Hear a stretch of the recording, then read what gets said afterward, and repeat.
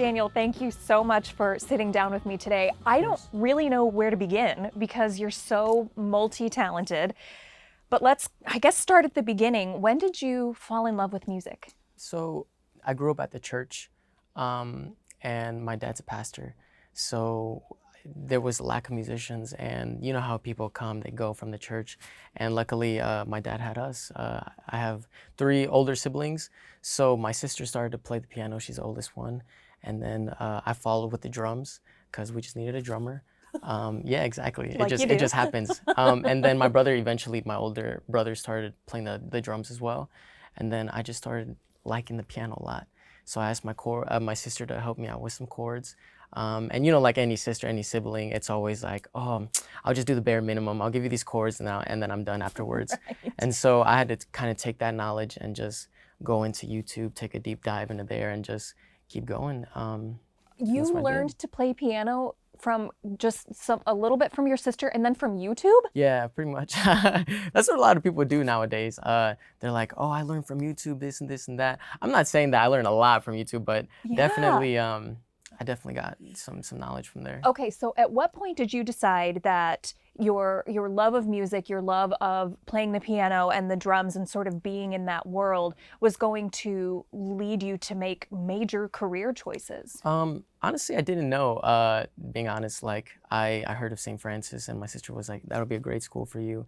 I started coming here my first couple of years, and honestly didn't know. And then until finally I made that reconnect with Juanito from Los Aptos. Yeah. And eventually we just started getting together at the studio, and then we started releasing these songs that eventually gained traction and now has over millions of streams, and on YouTube it has millions of plays as well. And just kept on going. And Let's fill people in on Yeah, some yeah. of those details. So you went to school with or played soccer? I did, as a kid, I used to play soccer with this kid named Juanito. He's part of Los Aptos Latin group here in Fort Wayne. Yeah. And And- you guys reconnected. Exactly, yes. And it was sort of like, hey, we both love soccer, but we also both love music. Yeah. Let's connect. And now it's sort of like exploded. For sure. So in addition to piano, drums, you are at what you're going to school for is sound engineering and production. Did you always know that you had an interest in that side of music as well? I guess growing up again at church, I loved the piano, I loved the music and just how it made me feel. And I kind of wanted to experience that more and just get more involved with how it was created. And that's why I kind of picked this school and just decided to do a deeper dive in that. And then, like you said, it started exploding, and here we are now. So. Okay, so I was watching all of these videos of you and your, not just performance, but also production. And I saw probably a whiteboard similar to the one right over here. And you had piano and piano left, I think, piano right, and then you had different numbers. And I'm thinking to myself, what does all of this mean? It's fascinating to me because clearly you're using all sides of your brain Right. when it comes to the engineering and all that. Can you give me sort of insight into that? I guess it's more about how you feel about music, how you want the experience to be for the consumer at the end of the day.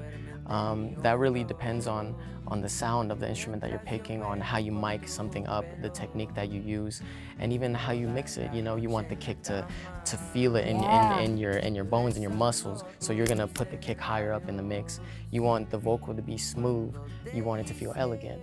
So you do something like that to mix it and just so the consumer feels happy. Because at the end of the day, you want someone to be able to replay that song and make it memorable. I feel like that's what really sticks with the crowd, what really sticks with the people, and what really sticks for the future. So what people, I think, don't realize when they listen to music and when they do sort of have that visceral reaction, they probably don't think about what goes into it For on sure. the back end. Yeah.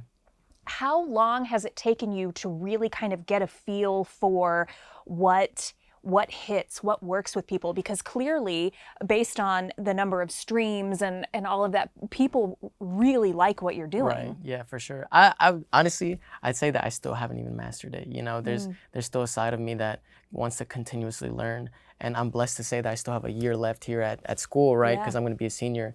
So I have a lot to learn, and I'm going to try to take that experience with me. But I'd say like just practice makes permanent. You know, that's what I live by, even for soccer. You know, I feel like if you want to play good, you got to warm up, you got to be ready, you got to practice every day. And that's what I like to do on the keys too, as much as I can. I love to practice. Sometimes I don't have enough time for it, but and continuously being happy about it. I feel like being motivated and just loving what I do really makes it easy for me to practice. And once again, practice makes permanent, because I feel like that's what really makes an individual pop out. And it's their talent for sure on the keyboard or whatever they play, but it's also the aura, the personality that they bring to the stage, and how they, once again, they make that consumer, they make the crowd react. So are you planning on pursuing music like as a whole, as a producer, as an engineer, as a musician, or is there one certain facet that you really want to hone in on? It's funny because I feel like people always ask me this. They're like, what do you want to do after you leave? What's your plan? And I keep telling them, I feel like my life can change at any moment right now where I'm going. And once again, I'm blessed that I can say that. But I guess I should definitely have a plan. But I'm gonna keep going with what I'm doing, and because it's been working out, you know, I've been having a good time. Yeah, So. you know, I think that maybe that's the key, is that you are just open to all of these possibilities. Okay, so what scares you the most about leaving school and sort of jumping into this sea of possibilities? Sure. If anything that scares me, it's being alone. You know, I feel like I've been with my family so much, and I've been surrounded by them. I don't really have a lot of family. Most of my family's in Guatemala. But the family that I do have, I'm pretty close with them. So I guess if anything, moving out to LA, moving out to these different places, it's just about being alone. You know, that's what I'm scared of. But I guess definitely I have to be open to that, and that is what comes with this experience. You know, because when I'm on tour, I'm putting that out there. I'm going to be on tour. You know, Yeah. but when I am on tour, when I'm producing this track in a different city, it's about just being able to continue my craft, and whether I'm alone or not, just enjoy it and make new experiences and new connections. So from everything I've read, all of your professors, like everybody who knows you, says that you are an incredibly hard worker, which obviously is a huge component to your success. Yeah. However, how much do you feel like is innate talent? Even when it comes to mixing and just knowing what is going to sound good. Is that just in you? Is that innate? I would say so. Luckily, my parents always bring it up. They're like, yeah, your grandpa, your grandma from both sides played instruments. They played la marimba, which is like this xylophone kind of marimba, you know, and I'm like, I can play that too, but but like they always tell me, yeah, your ancestors played music, so I think it's just in your bloodline. And I feel like I can definitely feel that, you know, like there's different people that for sure they have the talent, but once again, it's like that aura, that personality that you have that really brings that talent to life. And I think that I can say that I do have that naturally. Do you have any sticking points? Is there any part of the business of playing, of performing, that feels difficult? If anything, I'd say it's time management. Being able to practice for hours on hours, because that's what you need to do. Then mixing a song. Oh wait, you need to meet with a client that wants to mix your song. And don't forget about the groups that you're working with, like Los Aptos. My own band wants to record music as well. Oh wait, you got schoolwork as well.